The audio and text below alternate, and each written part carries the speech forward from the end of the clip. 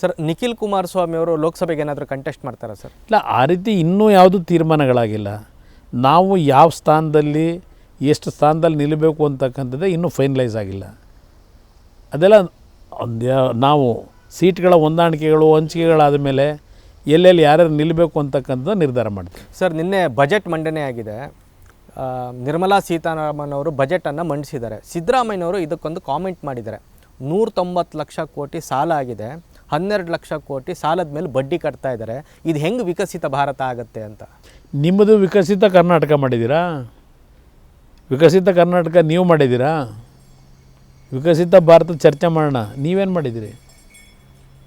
ಈ ರಾಜ್ಯದಲ್ಲಿ ನೀವು ಬರೋದಕ್ಕಿಂತ ಮುಂಚೆ 2013ಕ್ಕೆ ಕರ್ನಾಟಕ ರಾಜ್ಯದ ಸಾಲ ಎಷ್ಟಿತ್ತು ಸರ್ಕಾರದ್ದು? ನೀವು ಬಂದು 5 ವರ್ಷದಲ್ಲಿ ಎಷ್ಟು ಮಾಡಿದ್ರಿ? ಈಗ ಎಷ್ಟು ಮಾಡ್ತೀರಿ? ಈಗ ಮುಂದೆ 5 ವರ್ಷ ನಿಮಗೆ ಏನು ಅಧಿಕಾರ, ನೀವು ಏನಾದ್ರು ಫುಲ್ ಟರ್ಮ್ ಇದ್ದುಬಿಟ್ರೆ ಕರ್ನಾಟಕ ರಾಜ್ಯದ ಎಲ್ಲಿಗೆ ತಗೊಂಡು ಹೋಗ್ತೀರಿ ಸಾಲದವ್ರೇನ? ಈಗ ಬಡ್ಡಿ ಎಷ್ಟು ಕಟ್ತಾಯಿದ್ದೀರಿ ನೀವು ಇಲ್ಲಿ? ಅದಕ್ಕೆ ಯಾರ್ಯಾರು ಕಾರಣಕರ್ತರು?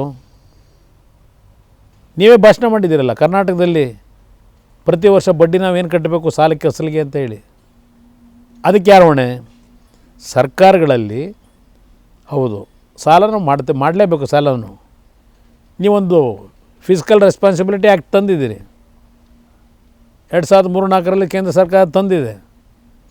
ಅದರ ವ್ಯಾಪ್ತಿ ಒಳಗೆ ಸಾಲ ಮಾಡೋದು ತಪ್ಪಲ್ಲ ಅಂತ ನೀವೇ ಹೇಳ್ತೀರಿ. ಈಗ 190 ಲಕ್ಷ ಕೋಟಿ ಸಾಲ ಇದ್ದರೂ ನಮ್ಮ ಜಿ ಡಿ ಪಿಗೆ ಅದೇನಾದರೂ ಮೀರಿ ಹೋಗಿದ್ದೀವ? ಸಾಲದವರೇ ಸಾಲ ಮಾಡಿರೋದು.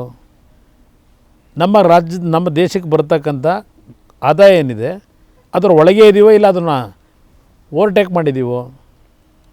ಉಲ್ಲಂಘನೆ ಆಗಿದೆಯಾ? ಈ ರೀತಿ ಬಾಲಿಶವಾದಂಥ ಹೇಳಿಕೆ ಅದು ನಿಮ್ಮಿಂದ ಯಾರೂ ಎಕ್ಸ್ಪೆಕ್ಟ್ ಮಾಡಲ್ಲ. ಸಿದ್ದರಾಮಯ್ಯ 14 ಬಜೆಟ್ ಕೊಟ್ಟಾರೆ ನೀವು, ನನ್ನ ಅಭಿಪ್ರಾಯದಲ್ಲಿ. ನ್ಯೂಸ್ ಫಸ್ಟ್ ನಿರ್ಭೀತಿಯಿಂದ ನಿಮ್ಮ ಪರವಾಗಿ.